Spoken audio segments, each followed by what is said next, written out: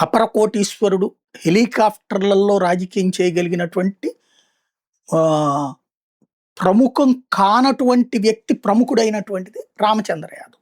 అంటే అంతకుముందు ప్రముఖంగా లేరు. ఒక చంద్రబాబు నాయుడు, ఒక లోకేష్ లాగానో, లేదా ఒక సిపిఐ నారాయణ లాగానో అట్లా కూడా తెలీదు. రామచంద్ర యాదవ్ అకస్మాత్తుగా బాగా పాపులర్ అయింది. బీసీవై పార్టీ పెట్టడం, బీసీల కోసం ఎస్పెషల్లీ జగన్‌ని తిట్టిపోసిన తర్వాత వచ్చింది. తర్వాత బీసీవై పార్టీ అంటాం. మొన్నటి ఎన్నికల్లో పోటీ చేయకుండా చంద్రబాబు గారికి మద్దతు ప్రకటించుకోవడం. ఇదంతా నడిచింది. ఆయన ఇండివిడ్యువల్‌గా పోటీ చేసుకున్నటువంటిదైతే ఏం జరిగిందనేది చూసాం. ఆ తర్వాత కూడా బీసీవై పార్టీనైతే నడిపిస్తున్నాడు. ఎక్కడికన్నా వెళ్తే వందలాదిగా జనం అయితే పోగు చేయగలుగుతున్నారు. అంటే గ్యాదరింగ్ చేయగలుగుతున్నారు. అట్లాగే మిగతా వర్గాలతో మీటింగ్‌లయి కూడా పెట్టుకుంటున్నారు. BC party Telugu Desam. తన ఓట్ బ్యాంక్ రామచంద్ర యాదవ్‌కి ఇస్తదా? ఇవ్వదు కదా! రామచంద్ర యాదవ్ తిరుమల తిరుపతి దేవస్థానం లాంటి దాంట్లో చక్కటి సలహాలిచ్చారు. 50,000 ఆవులు మీకు గావాలంటే నేను కొనిపెడతాను. తీసుకొని పాలు పెట్టండి. లడ్డూ కల్తీ విషయాలు ఇట్లాంటియన్నీ.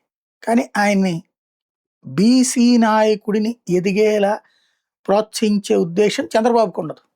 అది క్లియర్ కట్. ఎందుకంటే ఎజెండా అటుకెళ్ళిపోతుంది కాబట్టి. కృష్ణయ్యని వాడుకున్నారు తప్పించి కృష్ణయ్యకి ఏమైనా ప్రమోషన్ ఇచ్చారా? అచ్చెన్నాయుడైనా, అయ్యన్న పాత్రుడైనా వాళ్ళకి పదవులిస్తారు. పార్టీలో. బయటికెళ్ళి ఎదగలిగాడా? వాళ్ళకి ఎంతున్నా సరే ఎక్కడుంచాలో అక్కడ ఉంచుతారు. ఇప్పుడు రామచంద్ర యాదవ్ ఆమరణ నిరాహారదీక్ష చేస్తే అప్పుడు ప్రభుత్వం తన డిమాండ్లకి ఏదో ఒకటి మాట్లాడుతది. మంత్రుల్ని పంపిస్తది. ఇదంతా ఆశించారు. 3 రోజులు ఎవరు పట్టించుకోలా. తీవ్రంగా ఇబ్బంది పడ్డారు.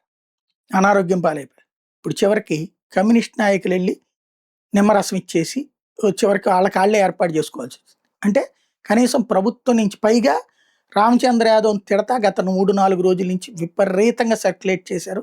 ఏదో బీసీ పిల్లోడిని తగలబెట్టిన రోజున ఏం చేసావు నువ్వు? అప్పుడెందుకు నిరాహార దీక్షలు చేయలేదు? ఇట్లాగా రామచంద్ర యాదవ్ క్యారెక్టర్‌ని కుళ్ళబొడిచి వదిలిపెట్టేశారు ఇప్పుడు.